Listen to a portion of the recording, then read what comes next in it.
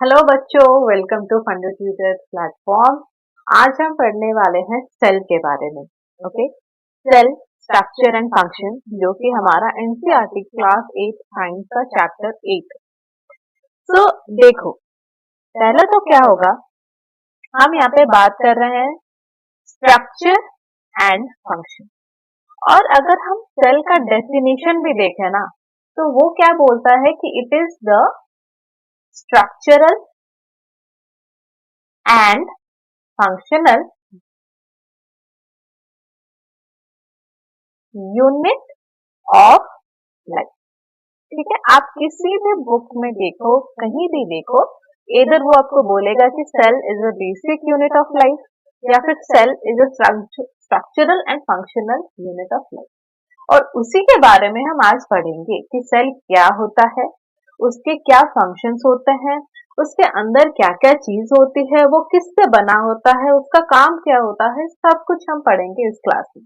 Okay, तो अगर हम पहले बात करें इस टर्म की ना, स्ट्रक्चरल, इसका मतलब क्या होता है पता है आपको? जैसे स्ट्रक्चर किसको बोलते हैं हम? एक घर हो गया, उसको हम स्ट्रक्चर बोलते हैं ना। आपका एक बॉडी हो गया, बॉडी स्ट्रक्चर बोलते हैं। तो वो जो स्ट्रक्चर होता है, मानो कि एक बिल्डिंग है, ठीक है, वो स्ट्रक्चर के कई कंपोनेंट्स होते हैं। वो घर तो ऐसे ही नहीं खड़ा हो जाता, उसको बनने के लिए हमको ब्रिक चाहिए होता है, सीमेंट चाहिए होता है, फिर फाउंडेशन होता है, फिर कॉलम्स होता है, फिर बीम्स होते हैं, पिलर्स होते हैं, छत होता है, बहुत सारी चीजें मिलते हैं, तभी हमारा एक स्ट्रक्चर खड़ा हो पाता है। तो वैसे ही सेल आपका एक वही चीज है। बिना सेल के कोई भी आपका लिविंग बीइंग, यहाँ पे आप किसी को लिविंग ही नहीं बोल सकते अगर उसमें सेल ही नहीं है। ठीक है, तो ये हो गया स्ट्रक्चर। फंक्शन यानी कि जैसे हर एक स्ट्रक्चर का, हर एक पार्ट का, वो स्ट्रक्चर के हर एक पार्ट का कुछ ना कुछ फंक्शन होता है। ठीक है, और अगर मैं बोलती हूँ कि हमारा जो बॉडी है वो सेल से बना है, तो वो सेल का भी कुछ फंक्शन होता है। क्या फंक्शन होता है, किससे बना होता है, उस सब के बारे में आज के लेक्चर में हम पढ़ेंगे। तो what is a cell? As we already discussed, it is the basic structural unit of life. Life है तो सेल है, बिना सेल के लाइफ नहीं है। ठीक है, it was first observe by Robert Hooke in 1665। अब आप ये याद रखना कि ये जो रॉबर्ट हुक है ना, इन्होंने डेड सेल का आविष्कार किया था। ठीक है, डेड सेल का, यानी कि प्लांट सेल लिया था विच इज डेड। तो अगर आपको कहीं पूछे कि लिविंग सेल का ऑब्जर्वेशन या फिर लिविंग सेल फर्स्ट किसने डिस्कवर किया था, तो आप इसमें बोलोगे, एक होता है उसका नाम लीवन हुक, राइट। तो लीवन हुक ने हमारा लिविंग सेल को डिस्कवर किया था। पर फर्स्ट सेल का नाम किसी ने बोला था कि एक सेल चीज होता है, तो वो हमारा डिस्कवर किया था रॉबर्ट हुक ने। ठीक है, तो इसको हम बोलते हैं basic building blocks of all living things. तो जैसे मैंने आपको बताया कि घर बनाने के लिए ईंटों की जरूरत होती है, एक एक ईंट से आपका दीवार बनता है, एक एक, क्या बोलते हैं उसको, बूंद बूंद सागर, बूंद बूंद पानी से आपका सागर बनता है। उस हिसाब से एक एक सेल से ना आपका पूरा बॉडी बनता है। अब देखो, ये वाला चीज आप देखे होगे, आप खेले होगे बचपन में, बिल्डिंग ब्लॉक्स। तो एक एक ब्लॉक होता है ना, एक एक ब्लॉक होता है, ये एक ब्लॉक हो गया, ये एक ब्लॉक हो गया, इन सारे ब्लॉक को मिला के आपका पूरा स्ट्रक्चर खड़ा होता है। आप कुछ भी, आप एक टावर भी बनाओ, आप घर बनाओ, एक एक ब्लॉक से वो आपका बनता है। इसीलिए सेल को बोलते हैं कि the basic building blocks of all living things. ठीक है, हमेशा ये लिविंग टर्म से आप ध्यान रखना, क्योंकि अगर कोई इंसान लिविंग है तो उसमें क्या है, उसमें सेल है। ठीक है, organisms made of more than one cell are called multicellular. तो एक होता है आपका यूनिसेलुलर होता है, यूनिसेलुलर माने सिंगल सेल। ओके, कोई कोई ऐसी चीजें हैं जिसमें आपका एक ही सेल है, ठीक है, और एक होता है मल्टी सेलुलर, यानी कि कुछ कुछ आपकी चीजें होंगी जिसमें आपका मोर देन वन सेल होगा। जैसे आप एक अंडा पकड़ लो, एक अंडा क्या होता है, वो एक ही सेल है, ठीक है, तो दैट इज एन यूनिसेलुलर। लेकिन हम अगर ह्यूमन बींग्स की बात करें, क्या हमारे बॉडी में एक ही सेल होगा? नहीं, we have a number millions of cell और हम बन जाते हैं मल्टी सेलुलर ऑर्गेनिज्म। वेरएज जो हमारा एमोइबा है या फिर पारामेशियम है, जैसे कि आप यहाँ पे देख पाओगे, तो ये हो गया आपका पारामेशियम, ये हो गया एमोइबा। आप देखो ये पूरा एक सिंगल सेल है, ठीक है। आप यहाँ पे शेप अलग हो सकता है सेल का, but it is a single cell with a single nucleus. यहाँ पे भी देखो पारामीशियम, ये भी एक सिंगल सेल है, ठीक है। ठीक है, सिंगल सेल पे डिवाइड होते हैं, वो आप लेटर क्लासेस में भी पढ़ोगे कि सेल का डिविजन होता है। बट अगर हम बात करें यूनिसेलुलर, यानी कि जो ऑर्गेनिज्म सिंगल सेल से बने होते हैं, उसको हम बोलते हैं यूनिसेलुलर ऑर्गेनिज्म। और जैसे कि हमारा जो बॉडी है that is made up of more than one cell, इसीलिए हम बोलेंगे अपने आप को that we are multicellular organism because we have more than one cell present in our body, ठीक है। तो अब देखो, जैसा मैंने बोला कि हम जो है ह्यूमन बींग्स, आप खुद का ही एग्जांपल ले लो, आप बने कैसे हो, आपके अंदर ऐसा क्या है, वो क्या काम करता है कि आप एक ऐसे खड़े हो रहे हो, बॉडी आपका बन गया, आप इतने फंक्शंस कर रहे हो। तो सबसे बेसिक एलिमेंट है वो है सेल, ठीक है। सेल से ही आपका ये देखो, ये हो गया हमारा सेल, ठीक है। एक ऐसे कई सेल से हमारा फिर बनता है टिश्यू। तो ये देखो, एक दो तीन तीन सेल्स हो गए, तो तीन सेल्स एग्जाम्पल दे रही हूँ, तीन सेल से टिश्यू नहीं बनता है, बट सेल के कॉम्बिनेशन से हमारा जो है टिश्यू बनता है। टिश्यू के बाद बनता है, टिश्यू के कॉम्बिनेशन से हमारा बनता है ऑर्गन, जैसे लिवर एक ऑर्गन हो गया, स्टमक एक ऑर्गन हो गया, हार्ट एक ऑर्गन हो गया। तो ये सब ऑर्गन बनते हैं टिश्यूज से, टिश्यूज बनते हैं सेल से। तो सबसे जो बेसिक, जैसे हम यहाँ पे एक घर की बात एग्जाम्पल अगर हम लेते हैं, एक ईंट से आपका दीवार बनता है, राइट, और एक चारों दीवार से आपका घर बनता है। वैसे ही सेल से टिश्यू बनता है, टिश्यू से ऑर्गन बनते हैं, ऑर्गन से आपका बनता है ऑर्गन सिस्टम। ये आपका पिक्चर किसका है? ये है आपका डाइजेस्टिव सिस्टम का। तो हमारे बॉडी में से कई सारे सिस्टम्स भी हैं, ठीक है। तो ये स्टमक का, आपका स्टमक एक ऑर्गन हो गया है ना, तो स्टमक से फिर आपका वो ऑर्गन मिलके हमारा हो जाएगा सिस्टम। और जब इतने सारे सिस्टम बन जाएंगे किसी चीज में, तो वो बन जाता है ऑर्गेनिज्म, यानी कि ह्यूमन बीइंग हो सकता है, आप एनिमल बोलो, हम भी एनिमल में ही आते हैं ना। तो कोई भी चीज इन्हीं से ही बनती है। सबसे जो बेसिक चीज होता है वो होता है आपका सेल, ठीक है। सेल से टिश्यू बनते हैं, टिश्यू से ऑर्गन बनते हैं, ऑर्गन से ऑर्गन सिस्टम बनता है, ऑर्गन सिस्टम के मेलों से बनता है ऑर्गेनिज्म, ओके। तो अब हम आते हैं parts of cell. Cell cell cell बहुत हो लिया, अब सेल के अंदर क्या चीज होती है, तो सेल से हमारा बॉडी बनता है। बट तो यहाँ पे हमारा जो बेसिक चीज है ना सेल, ठीक है, ये हो गया हमारा basic element of a body. तो इसके अंदर क्या चीज होती है, देखो, एक होगा आपका, ये पूरा कवरिंग होता है, ठीक है, ये पूरा कवरिंग होता है, इसको हम बोलते हैं सेल मेम्ब्रेन। क्या बोलते हैं? Cell membrane. इसके अंदर ये जो एक फ्लूइड टाइप का जो भी है ना, ये फ्लूइड टाइप का, इसको हम बोलते हैं साइटोप्लाज्म, ठीक है। एंड एक इसके अंदर जो सेंटर में होता है या फिर नियर टू सेंटर होता है, इसको हम बोलते हैं न्यूक्लियस, ओके। एंड फिर आता है, जैसे ये छोटे छोटे चीजें आप देख रहे हो, यहाँ पे आपके माइटोकॉन्ड्रिया हो सकता है, राइबोसोम्स हो सकता है, एंडोप्लाज्मिक रेटिकुलम, बहुत सारी चीजें हैं जो आप लेटर क्लासेस में पढ़ोगे, ठीक है। पर अभी हमारा जो मेन होता है, आप ये याद रखना कि सेल में बेसिकली आपका साइटोप्लाज्म होता है, which is the inside fluid. जिस सेल के अंदर जो फ्लूइड होता है उसको हम बोलते हैं साइटोप्लाज्म। उसका जो कवरिंग होता है उसको हम बोलते हैं सेल मेम्ब्रेन, और बीच में ये जो चीज है उसको हम बोलते हैं nucleus, okay. This are the parts of the cell. तो पहले हम बात करेंगे सेल मेम्ब्रेन की इन डिटेल। तो ये देखो, ये हो गया हमारा सेल मेम्ब्रेन, है ना, ये जो ब्लू आपका आउटर रिंग दिख रहा है, this is our cell membrane. तो ये क्या करता है, इसका मेन फंक्शन क्या है कि it separates cells from one another and also the cell from the surrounding medium.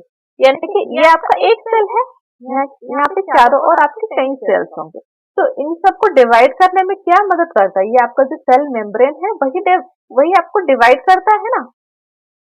जैसा ये हमारा बॉडी है, यहाँ पे और एक बॉडी होगा, ठीक है।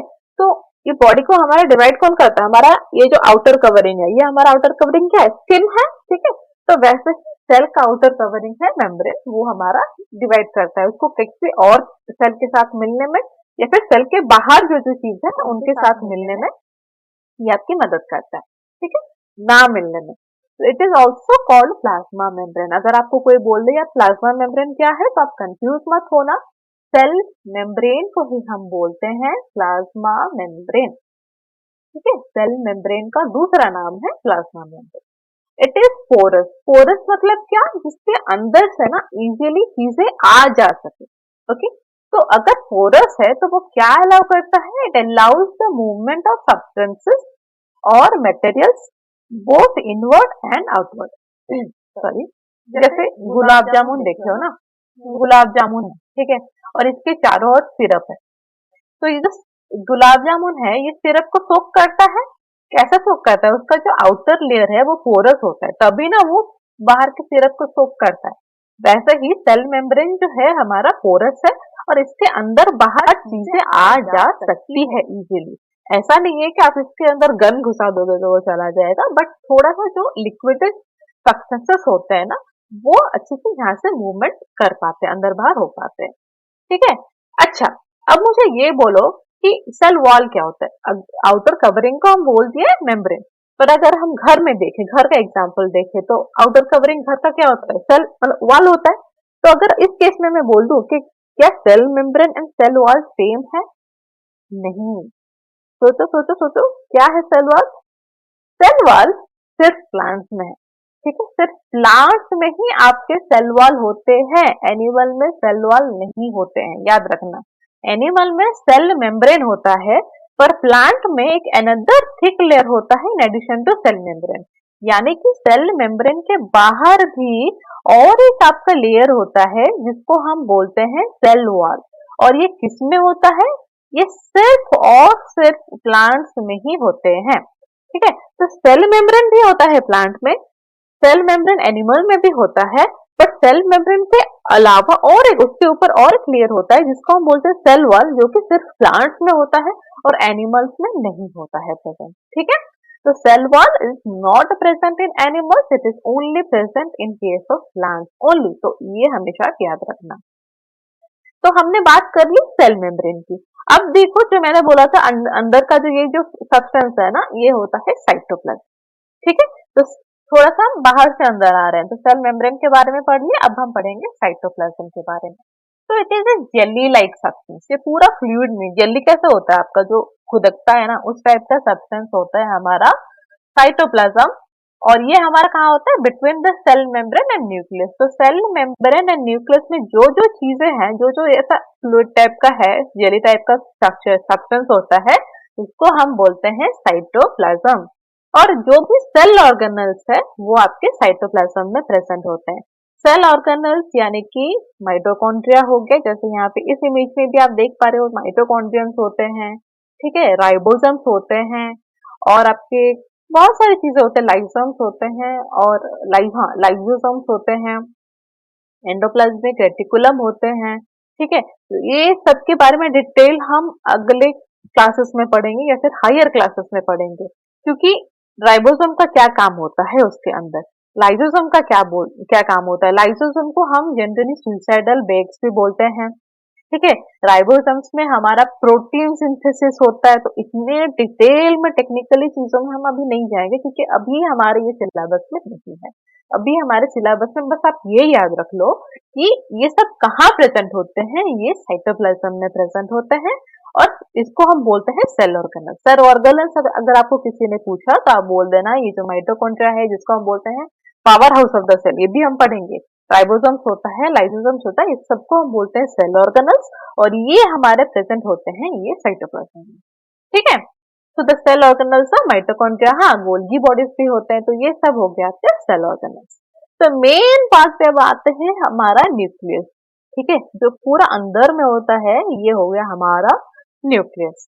तो it is a very important component of the living cell.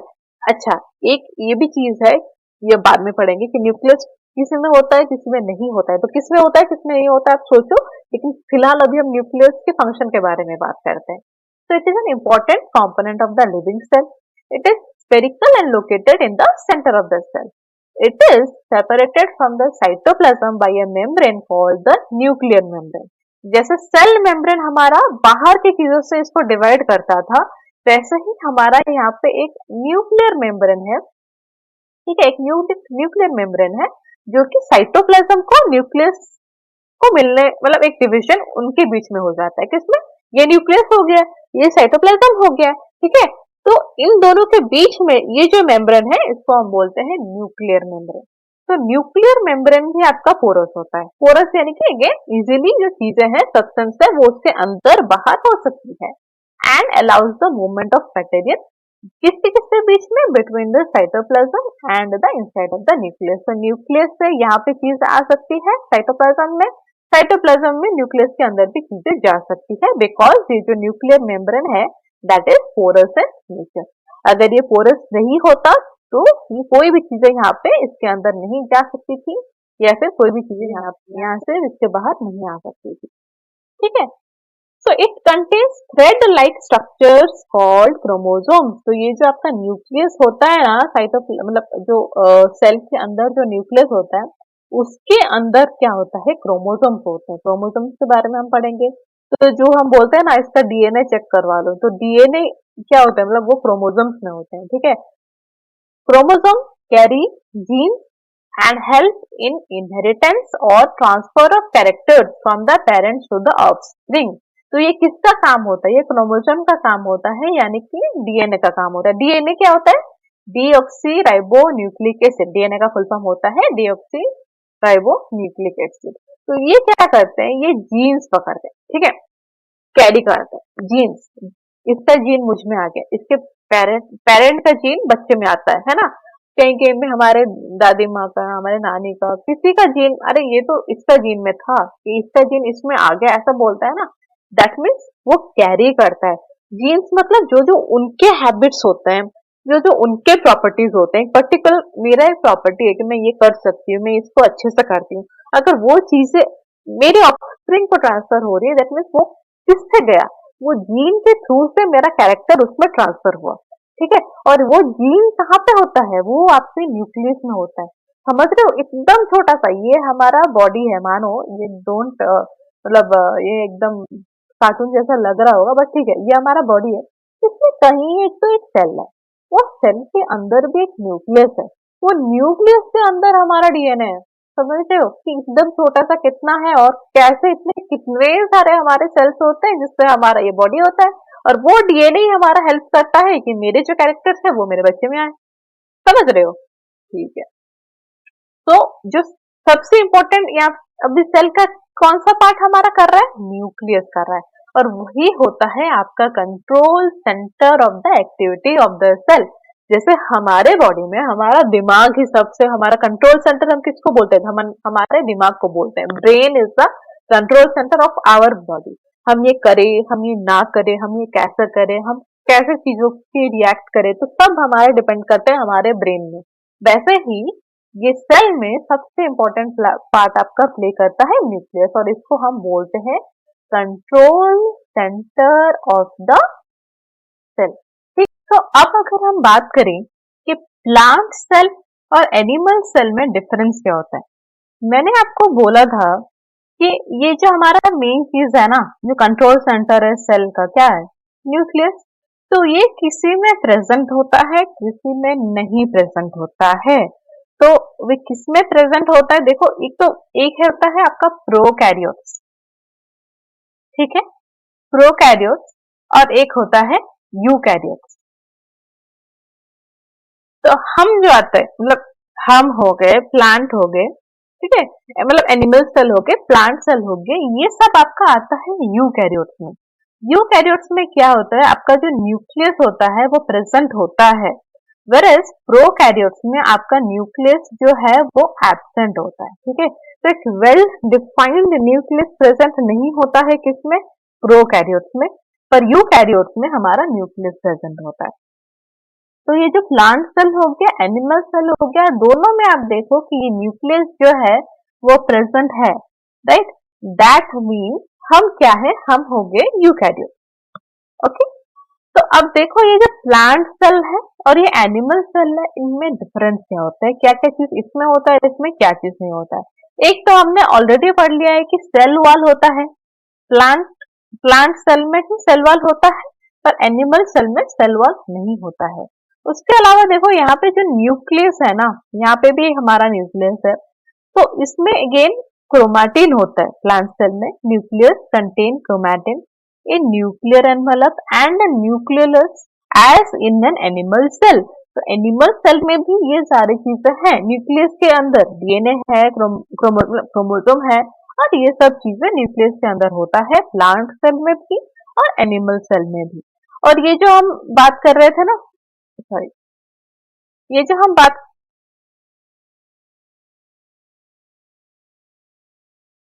ये जो हम बात कर रहे थे राइबोसोम की या फिर गोल्गी एपैरेटस, माइटोकॉन्ड्रिया, पेरोक्सिसोम, ये सब आपके हो गए सेल ऑर्गेनल्स, जिसके बारे में हम हायर क्लासेस में पढ़ेंगे, इनके फंक्शंस के बारे में भी पढ़ेंगे। और देखो इसमें होता है प्लास्टिड, किसमें होता है, प्लांट सेल में होता है प्लास्टिड्स, जो पिगमेंट स्टोर करते हैं। ओके, एक इम्पोर्टेंट चीज तो प्लांट सेल में होता है वो है क्लोरोप्लास्ट, इसके बारे में तो आपने पढ़ा ही होगा। क्लोरोप्लास्ट जो होता है इसको हम बोलते हैं site of photosynthesis. Photosynthesis plant में कहाँ पे होता है, क्लोरोप्लास्ट में होता है, और वो हमारे सेल के अंदर, मतलब प्लांट सेल के अंदर वो प्रेजेंट होता है। ओके, और साइटोस्केलेटन होते हैं। ओके, और इसमें वैक्यूल होता है। ये जो आप एम्प्टी स्पेस, मतलब ये जो पोर्शन आप देख रहे हो ना, इसको बोलते हैं सेंट्रल वैक्यूल। तो इसमें it is filled with cell sap that maintains the pressure against the cell wall. ठीक है, तो सेल वॉल के अगेंस्ट जो प्रेशर आता है उसको मेंटेन करने के लिए यहाँ पे वैक्यूल प्रेजेंट होता है। साइटोप्लाज्म तो होता है, इसके बारे में हमने पढ़ लिया। प्लाज्मा मेम्ब्रेन, ये देखो ये हो गया प्लाज्मा मेम्ब्रेन। ठीक है, सेल मेम्ब्रेन, प्लाज्मा मेम्ब्रेन वही है। सेल वॉल होता है, जो हमने पढ़ा है सेल वॉल इसमें होता है, एनिमल सेल में सेल वॉल प्रेजेंट नहीं होता है। ट्रांसपोर्ट स्माटा होता है, विच चैनल होता है, वो कनेक्ट करता है दो प्लांट सेल को। ठीक है, एनिमल सेल में आ जाए तो जैसे हमने पढ़ा कि न्यूक्लियस के अंदर आपका न्यूक्लियर एनवलप प्रेजेंट होता है, न्यूक्लियोलस प्रेजेंट होता है। साइटोप्लाज्म के बारे में हमने पढ़ लिया, ये गोल्गी एपैरेटस, ये सेल ऑर्गेनल्स है, जो कि हमारे यहाँ पे किसमें प्रेजेंट होते हैं, साइटोप्लाज्म के अंदर वो प्रेजेंट होते हैं ऑर्गेनल्स। ठीक है, ये माइटोकॉन्ड्रिया, ये छोटी छोटी चीजें जो भी है वो सेल ऑर्गेनल्स है, और वो हमारे साइटोप्लाज्म के अंदर होते हैं। लाइसोसोम भी एक सेल ऑर्गेनल है, राइबोसोम भी सेल ऑर्गेनल है, एंडोप्लाज्मिक रेटिकुलम है।